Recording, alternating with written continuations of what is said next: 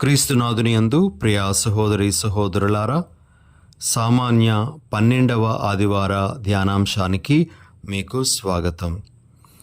ఈ ఆదివారం నాడు మనము ధ్యానించటానికి ఇవ్వబడినటువంటి సువార్త పఠనము మార్కు సువార్త 4వ అధ్యాయము 35 నుండి 41 వరకు ఉన్న వచనాలు. ఈ వాక్య భాగంలో యేసు ప్రభువు గలిలయ సముద్రంలో తన శిష్యులతో పాటు ఒక పడవలో ప్రయాణిస్తూ ఉండగా చెలరేగినటువంటి తుఫానును శాంతపరచడం అనేటువంటి విషయాన్ని మనము ఆలకిస్తాం.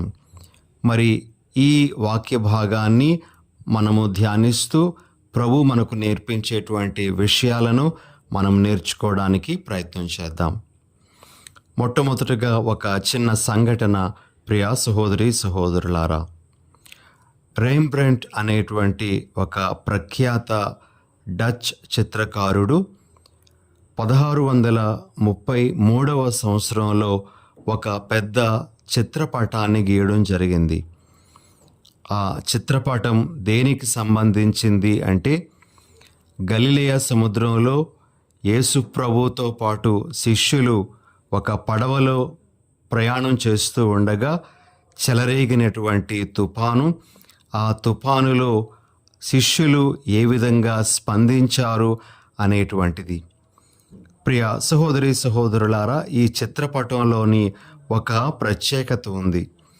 అదేమిటి అంటే, ఆ చిత్రంలో ఉండేటువంటి ఒక వ్యక్తి చిత్రపటాన్ని చూస్తున్న వారి వైపు చూస్తున్నట్లుగా మనకు కనబడతాడు. అయితే ఇంకా మనము పరిశీలనగా చూసినట్లయితే ఆ విధంగా చూస్తున్నటువంటి వ్యక్తి ఎవరో కాదు, ఆ చిత్రపటాన్ని గీసినటువంటి రెయింబ్రాంటే అని మనకు అర్థమవుతూ ఉంది. దీని ద్వారా ఆ చిత్రకారుడు మనకు తెలియజేసేటువంటి విషయం ఏమిటి అంటే, మనందరము యేసుతో పాటు ఆ పడవలో ప్రయాణం చేస్తున్నటువంటి వాళ్ళమే. మనందరము కూడా ఏదో ఒక సందర్భంలో తుఫానులను ఎదుర్కోవలసినటువంటి పరిస్థితి వస్తుంది. ఆ పడవ శ్రీసభ అనేటువంటిది అనే విషయాన్ని మనకు గుర్తు చేస్తూ ఉన్నారు. కాబట్టి ప్రియ సహోదరి సహోదరులారా, ఈ చిత్రపటం ద్వారా మనము ప్రేరణ పొందుతూ మనము యేసుతో పయనిస్తూ ఉండగా తప్పనిసరిగా అనేకమైనటువంటి తుఫానులను ఎదుర్కోవలసినటువంటి పరిస్థితి మనము అనుభూతి చెందాల్సినటువంటిది ఉంటుంది అని మనము గ్రహించాలి. ఇక ఈరోజు మనం ఆలకించినటువంటి సువార్త పఠనంలోని వివిధ సందేశాలను మనము గ్రహించడానికి ప్రయత్నం చేద్దాం. మొట్టమొదటి సందేశం ఏమిటి అంటే, ప్రియ సహోదరి సహోదరులారా, మనము మార్కు సువార్త 4వ అధ్యాయము 35వ వచనంలో ఏ విధంగా చదువుతాం. ఆ దినము సాయం సమయమున మనము సరస్సు దాటి ఆవలి తీరమునకు పోవుదము రండు అని యేసు శిష్యులతో చెప్పాను. ప్రిలగు సహోదరి సహోదరులారా, ఆవలి తీరమునకు పోవుదము రండు అని ప్రభు చెప్పినప్పుడు ఆ ఆవలి తీరము ఏమిటో మనకు బైబిల్లోనే వ్రాయబడింది. ఆ ఆవలి తీరము ఏమిటి అంటే, మార్కు సువార్త 5వ అధ్యాయము 1వ వచనంలో మనకు ఈ విధంగా కనబడుతుంది. పిదప వారు సరస్సునకు ఆవలనున్న గెరాసేనుల దేశమును చేరిరి. కాబట్టి వారు చేరుకున్నటువంటి ఆవలి తీరము గెరాసేనుల దేశము అని మనకు చాలా స్పష్టంగా వాక్యం తెలియజేస్తూ ఉంది. ప్రియ సహోదరి సహోదరులారా, అయితే ఆవలి తీరము అనేటువంటిది ఇంకా కొన్ని ఆధ్యాత్మికమైనటువంటి విషయాలను కూడా మనకు ఎరుకపరుస్తుంది. కాబట్టి ఆధ్యాత్మిక దృక్కోణము నుండి ఆవలి తీరము అంటే ఏమిటో మనము గ్రహించటానికి ప్రయత్నం చేద్దాం. మొట్టమొదటిది, ఆవలి తీరమునకు పోవుదము అని అన్నప్పుడు భయము ఆందోళన నుండి నిజమైనటువంటి శాంతిలోనికి అని ప్రభు తెలియజేస్తూ ఉన్నట్లుగా మనము గ్రహించాలి.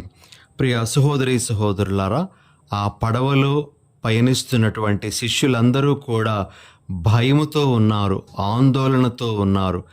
మేము ఈ యొక్క తుఫానులో నశించిపోతామేమో అనేటువంటి ఆ భయము వారి యొక్క మనస్సుల్లో ఉంది, వారి యొక్క మాటలలో కూడా వ్యక్తమవుతూ ఉంది. ప్రియ సహోదరి సహోదరులారా, ప్రభువు భయము నుండి, ఆందోళన నుండి నిజమైనటువంటి శాంతిలోనికి మనలను పయనించమని కోరుతూ ఉన్నట్లుగా మనము ఇక్కడ గ్రహించాలి.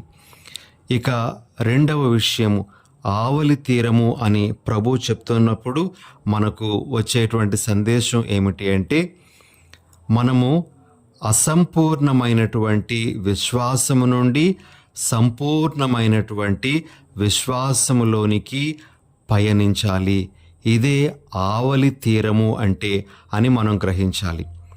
యేసు ప్రభు శిష్యులను మందలిస్తారు, మీరెంత భయపడితిరేలా, మీకు విశ్వాసము లేదా అని. ప్రియ సహోదరి సహోదరులారా, మన యొక్క విశ్వాసము అరకొర విశ్వాసంగా, అసంపూర్ణమైనటువంటి విశ్వాసంగా ఉంటే సంపూర్ణ విశ్వాసము అనేటువంటి ఆవలి తీరానికి మనం వెళ్ళాలి అని ప్రభు మనకు తెలియజేస్తూ ఉన్నారు. ఇక మూడవది ఏమిటి అంటే, ఆవలి తీరము అని ప్రభు తెలియజేస్తూ ఉన్నప్పుడు యేసు ప్రభువు మీద మనకు ఉండేటువంటి తప్పుడు అభిప్రాయాలు లేదా దురభిప్రాయాల నుండి మనము సత్యమైన, నూతనమైన అభిప్రాయము అనేటువంటి ఆవలి తీరానికి వెళ్ళాలి అని ప్రభు మనకు తెలియజేస్తూ ఉన్నారు.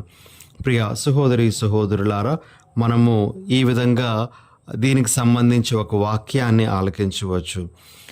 మార్కు సువార్త 4వ అధ్యాయము 38వ వచనంలో ఈ విధంగా శిష్యులు ప్రభువుతో పలకడం మనం ఆలకిస్తాం. గురువా, తమకు ఏమాత్రము విచారము లేనట్లున్నది, మేము చనిపోవచ్చున్నాము అని. ప్రియ సహోదరి సహోదరులారా, అక్కడ ఆ శిష్యులకు యేసు ప్రభు మీద ఉండేటువంటి దురభిప్రాయం ఏమిటి అంటే, ఆయన వారి కష్ట సమయంలో వారిని ఏమాత్రమో పట్టించుకోకుండా ఉన్నారు, వారి మీద ఎటువంటి ప్రేమ లేకుండా ఉన్నారు అనేటువంటి దురభిప్రాయము. ప్రభువు అటువంటి దురభిప్రాయం కలిగినటువంటి శిష్యులను తనను గూర్చిన సదభిప్రాయంలోనికి అడుగు పెట్టమని, అదే వారు చేరుకోవలసినటువంటి ఆవలి తీరమని ప్రభు వారికి స్పష్టం చేస్తూ ఉన్నారు. ఇక 4వ విషయము, ప్రభువు ఆవలి తీరమునకు అని చెప్తూ ఉండేటప్పుడు అది ఇహలోకము నుండి పరలోకమునకు చేరుకోవడము. పరలోకము అనేటువంటి ఆవలి తీరానికి మనము చేరుకోవాలి అనేటువంటి సందేశాన్ని ప్రభు ఇస్తూ ఉన్నట్లుగా మనము గ్రహించాలి. కాబట్టి ఆవలి తీరమునకు చేరుదము రండు అని ప్రభు తెలియజేస్తూ ఉండేటప్పుడు దాని యొక్క ఆధ్యాత్మిక భావాలను ఈ విధంగా మనము గ్రహించటానికి ప్రయత్నం చేద్దాం. ఇక రెండవ సందేశం, ప్రియ సహోదరి సహోదరులారా, ఈనాటి సువార్త పఠనం నుండి మనం గ్రహించాల్సినటువంటిది ఏమిటి అంటే, యేసు ప్రభు శిష్యులతో పాటు ఆ పడవలో ఉన్నారు. శిష్యులందరూ కలిసి ఆ పడవలో ఉన్నారు. ఆ పడవలో వారు ప్రయాణం చేస్తూ ఉన్నారు.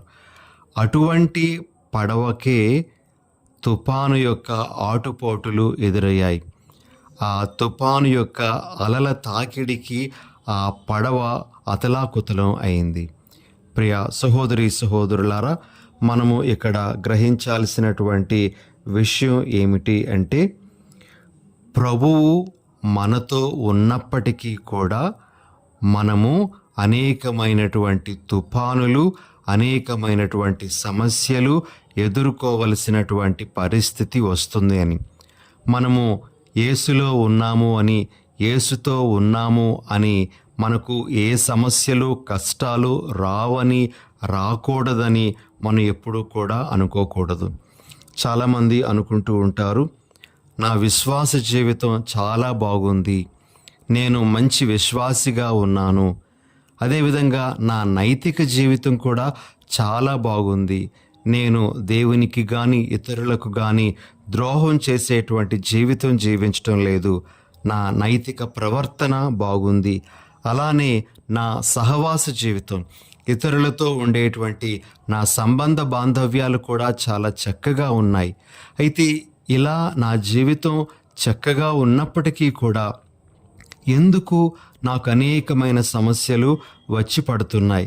నేనేం తప్పు చేశానని నాకు ఈ సమస్యలు వస్తూ ఉన్నాయి అని మనం ప్రశ్నించుకోవచ్చు. ఈనాటి మొదటి పట్టణంలో మనము యోబు దేవుని ప్రశ్నించినప్పుడు దేవుడు మొట్టమొదటిసారిగా యోబుకి ఇచ్చినటువంటి సమాధానం మనం ఆలకిస్తాం. యోబుకు కూడా ఇదే సందేహం. నేను ఎంత మంచిగా జీవించాను కదా, నాకెందుకు ఈ శ్రమలు, నాకెందుకు ఈ కష్టాలు అని దేవుని యొక్క శక్తిని అతడు ప్రశ్నించడం అనేటువంటిది జరిగింది. ప్రియ సహోదరి సహోదరులారా, మనము కూడా కొన్నిసార్లు అదే విధంగా ప్రశ్నిస్తూ ఉంటాం. నేను దేవునిలో ఉన్నప్పటికీ కూడా ఎందుకు నాకు ఈ కష్టాలు, ఎందుకు ఈ శ్రమలు అని మనము ప్రశ్నిస్తూ ఉంటాం. కొన్నిసార్లు దేవుడు నాకు ఎందుకు సమాధానం ఇవ్వటం లేదు, నేను చేసేటువంటి ప్రార్థనలకు ఎందుకు జవాబు ఇవ్వడం లేదు అని కూడా మనం అడుగుతాం. అయితే దానికి ఒక చిన్న సమాధానము ప్రియ సహోదరి సహోదరులారా ఇంగ్లీష్లో ఈ విధంగా చెప్తారు. His silence does not mean his absence. అతని మౌనం అతడు లేడనే అర్థాన్ని మనకు ఇవ్వదు. ప్రియ సహోదరి సహోదరులారా, మనము చాలామంది ప్రభు యొక్క విశ్వాసము నుండి వైదొలగిపోవడం అనేటువంటిది ఆలకిస్తూ ఉంటాము. అప్పుడప్పుడు మన మధ్య ఉండేటువంటి వారిని చూస్తూ ఉంటాం కూడా. ఈ మధ్యనే ఆలకించినటువంటి ఒక చిన్న విషయం ఏమిటి అంటే, ఒక గురువు షేర్ చేసుకుంటున్నటువంటి విషయం ఏమిటి అంటే, తన విచారణలో ఉన్నటువంటి ఒక కుటుంబము జ్ఞానస్నానం తీసుకొని క్రైస్తవులుగా జీవిస్తూ ఉండేవారు. అయితే వారి కుటుంబానికి వచ్చినటువంటి సమస్యలు, వారి కుటుంబానికి వచ్చినటువంటి ఆ ఇబ్బందుల వలన మరి ప్రభు మాతో ఉంటే మాకెందుకు ఈ సమస్యలు అని చెప్పి పూర్తిగా సంఘాన్ని విడిచిపెట్టడం, మతాన్ని విడిచిపెట్టి మరలా తమ పూర్వపు మతంలో కలిసిపోవడం జరిగింది అనే విషయాన్ని చెప్పడం జరిగింది. ఇలాంటి సంఘటనలు మనం కోకొల్లలుగా చూస్తూ ఉంటాం, వింటూ ఉంటాం. ప్రియ సహోదరి సహోదరులారా, మనం గమనించాలి, ఆ రోజు ఆ పడవలో యేసు ప్రభు వారితో పాటు ఉన్నారు. వెంటనే స్పందించకపోయినప్పటికీ కూడా ప్రభు వారితోనే ఉన్నారు. మరి శిష్యులు వారితో ఉన్నారు అనేటువంటి ఆ నమ్మకంతో ప్రభు దగ్గరకు వెళ్ళి ప్రభువును మరి వారు అడగడం జరిగింది. మనం కూడా ప్రియ సహోదరి సహోదరులారా, మన కష్ట సమయాలలో, మన జీవితంలో తుఫానులు చెలరేగినప్పుడు మనము ప్రభు నాతో ఉన్నాడు, ఆ ప్రభు దగ్గరకు వెళ్తాను అనేటువంటి విశ్వాసంలో మనం ఉండాలి. మనము ఆ ప్రభు నన్ను చేయి విడిచాడు అనేటువంటి అపనమ్మకంలోనికి వెళ్ళిపోకూడదు అని ప్రభు మనకు ఈరోజు తెలియజేస్తూ ఉన్నారు. ఒక విషయం మనం గ్రహించాల్సింది ఏమిటి అంటే, మనము ఎంతగా దేవునిలో బలపడతామో, మనం ఎంతగా దేవునికి ఇష్టమైనటువంటి జీవితం జీవించాలనుకుంటున్నామో మనకు అంతగా సమస్యలు వచ్చే అవకాశం ఉంది. ఎందుకంటే సైతాను మనలను ఏదో ఒక విధంగా దేవుని నుండి వేరుపరచటానికి ప్రయత్నం చేస్తూనే ఉంటాడు. మనలను పడగొట్టడానికే ప్రయత్నం చేస్తూ ఉంటాడు. కాబట్టి ప్రియ సహోదరి సహోదరులారా, మనకు వచ్చేటువంటి తుఫానులు, కష్టాలు, సమస్యలు ఇవన్నీ కూడా సైతాను యొక్క ప్రలోభాలుగా మనం గుర్తించాలి. నా దేవుడు నాకు తోడుగా ఉన్నాడు, నా ప్రభు నాతో ఉన్నాడు అనేటువంటి ధైర్యంతో మనం ముందుకు వెళ్ళాలి.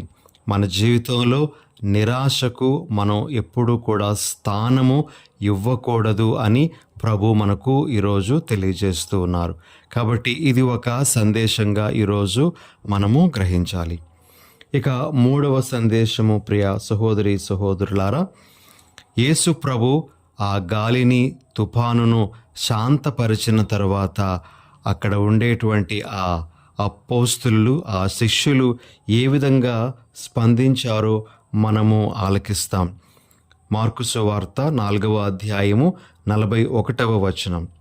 అంతటా శిష్యులు మిక్కిలి కలవరపడుతూ, గాలియు సముద్రము సైతము ఈయనకు లోబడుచున్నవి, ఈయన ఎవరో అని తమలో తాము అనుకొనిరి. యేసు ప్రభు యొక్క శక్తి అప్పుడు వారు గుర్తించారు.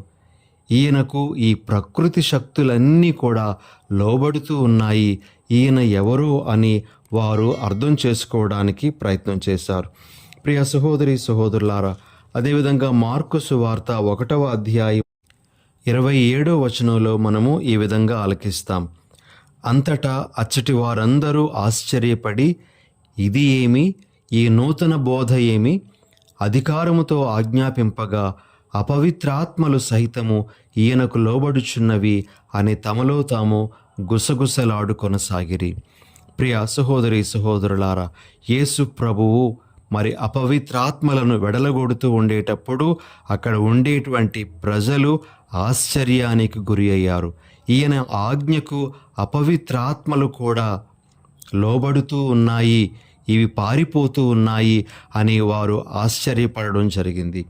ఇక మనము మార్కు సువార్త 2వ అధ్యాయము 10 నుండి 12 వరకు ఉన్నటువంటి వచనాలలో ప్రభువు ఒక పక్షవాత రోగితో, నీ పాపములు క్షమింపబడినవి అని చెప్పిన తరువాత, ఇదిగో నీ పడకను ఎత్తుకొని లేచి నడువుము అని చెప్పిన తరువాత అక్కడ ఉండేటువంటి ప్రజలు ఏ విధంగా ఆశ్చర్యపడ్డారో మనం ఆలకిస్తాం.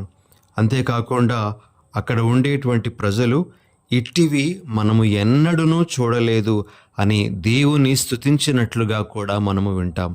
ప్రియ సహోదరి సహోదరులారా, ఇది యేసు ప్రభు యొక్క శక్తిని మనకు మరొక్కసారి ఎరుకపరిచేటువంటి విషయంగా మనము గ్రహించాలి. యేసు ప్రభు సర్వశక్తిమంతుడు. ఆయనకు ప్రకృతి శక్తుల మీద అధికారం ఉంది, ఆయనకు అపవిత్రాత్మల మీద అధికారం ఉంది, ఆయనకు నా పాపముల మీద అధికారం ఉంది, ఆయన నన్ను క్షమించగలరు, ఆయనకు నా రోగముల మీద అధికారం ఉంది, నన్ను స్వస్థపరచగలరు అని మనము ఆ ప్రభు యొక్క శక్తిని మనము నమ్ముకొని జీవించాలి అని ప్రభు మనకు తెలియజేస్తూ ఉన్నారు. మన అనుదిన జీవితంలో ఏనాడు దైవ శక్తిని శంకించకూడదు ప్రియ సహోదరి సహోదరులారా. అంతేకాకుండా దైవ శక్తి మీద మనము పూర్తిగా ఆధారపడి జీవించాలి అని కూడా ప్రభు ఈరోజు మనకు తెలియజేస్తూ ఉన్నారు. ఇలాంటి ఎన్నెన్నో సందేశాలను ప్రభు ఈనాటి దివ్య గ్రంథ పఠనం ద్వారా మనకు బోధిస్తూ ఉండగా, మనము ఈ విషయాలన్నీ మన మనసుల్లో పదిలపరుచుకొని ప్రభు ఎల్లప్పుడూ మనతో పాటు ప్రయాణం చేయాలి అని ప్రభువుని మనస్ఫూర్తిగా మన జీవితంలోనికి, మన కుటుంబంలోనికి ఆహ్వానించుకుందాం. చిన్న ప్రార్థన చేసుకుందాం. దయగల ప్రభువా, ప్రేమగల మా తండ్రి, ఈరోజు మీరు మాకిస్తున్న మీ దివ్య సందేశాలను బట్టి మీకు వందనాలు, స్తుతులు, స్తోత్రాలు. ప్రభువా, మీరు మమ్ములను ఆవలి తీరానికి చేరుకోమని కోరుతూ ఉన్నారు. భయము నుండి, ఆందోళన నుండి శాంతిలోనికి, అపనమ్మకము నుండి సంపూర్ణమైనటువంటి నమ్మకంలోనికి, మీ మీద ఉండేటువంటి దురభిప్రాయము నుండి సదభిప్రాయంలోనికి, ఇహలోకం నుండి పరలోకం అనేటువంటి ఆవలి తీరానికి చేరుకోమని మమ్మల్ని కోరుతూ ఉండగా, ప్రభు మిమ్ములను మాతో పాటు నిలుపుకొని మీరు పయనించినటువంటి పడవలోనే మేము కూడా పయనిస్తూ క్షేమముగా ఆవలి తీరానికి చేరుకునే భాగ్యాన్ని మాకు ప్రసాదించమని మీ పరిశుద్ధ నామమున అడిగి వేడుచున్నాము. ఆమెన్.